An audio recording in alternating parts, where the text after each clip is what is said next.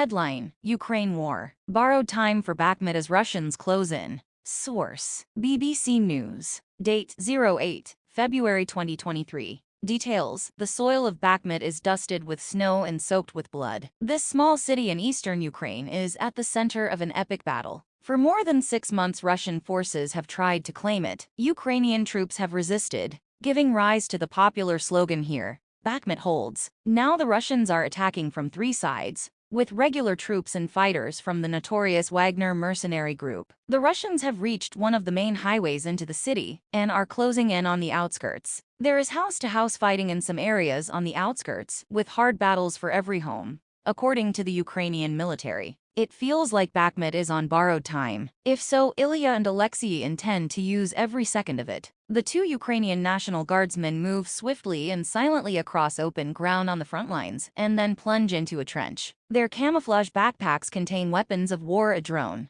a modified hand grenade, and a Velcro strap. The German-made grenade had a tail fin attached, made with a 3D printer to ensure it exploded on impact. Ilya, an IT-turned-intelligence officer, makes short work of velcroing the grenade to the drone. Then he launches it towards enemy forces nestled in their trenches, 1.5 kilometers away. "We know there are a lot of Russian soldiers there, walking, living, and sitting," said Alexei, the drone pilot. "And so, we just give them a gift. The aim is not to kill a lot of soldiers, but to make them afraid of our sky, to make them watch out every second. It's psychological pressure." He shows us a drone's eye view as he releases the grenade over a frozen expanse. We can see the impact on his screen, but can't tell if they were casualties below. Alexei says the fighting in Bakhmut is tough, emotionally and physically. "It's hard, but we are staying here, and we will protect Bakhmut and the area around it as much as we can." But Ukraine is counting the cost, and there's speculation it could withdraw to avoid further heavy losses. In the Kremlin, a clock is ticking, counting down to the first anniversary of Russia's invasion of its neighbor on 24 February 2022. President Putin wants a victory before then. Taking Bakhmut would give him one and bring him closer to his aim of capturing all of the mineral-rich Donbas region. To reach Bakhmut, you drive along winding back roads. The route we used for previous trips last September is now classed as suicidal because of constant Russian attacks. The city is now a shell. The thud of incoming and outgoing fire echoes through empty streets. Missiles have punched holes through buildings. Power and water supplies are long gone, along with most of the pre-war population of about 70,000. But some families have remained here,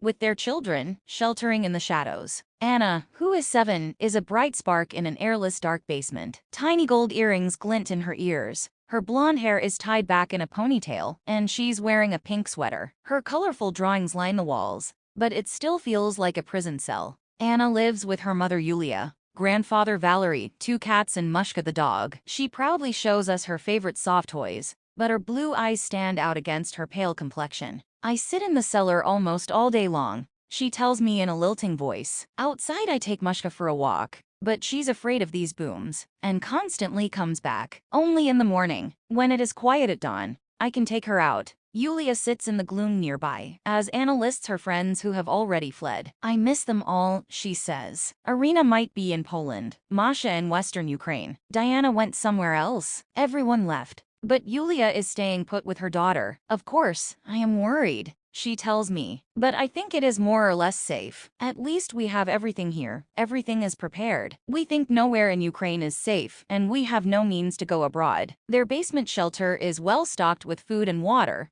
and they get regular deliveries from the White Angels, a unit of Ukrainian police who provide aid and carry out evacuations. The team leader, Pavlo Dyachenko, lights up when he sees Anna. In the depths of war, they have forged a bond. He has brought Anna a new sleeping bag to keep her warm, but he would rather be getting her and her family out of the line of fire. "I don't understand why they are deciding to stay," he said. "Bakhmut is under attack in the evening, in the morning, in the night. It's very dangerous with bombing and shelling all the time." More thuds above ground amplify his point. The shelling usually intensifies as midday approaches, part of the rhythm of warfare in Bakhmut. After exhausting overnight battles, troops on both sides sleep late into the mornings before getting back to their guns. We race out of the city and onwards through rolling hills that offer a commanding view of the area. These heights are more important for the Russians than Bakhmut itself. said a Ukrainian colleague. If they can bring their artillery here, they can target bigger cities like Kramatorsk and Slavyansk.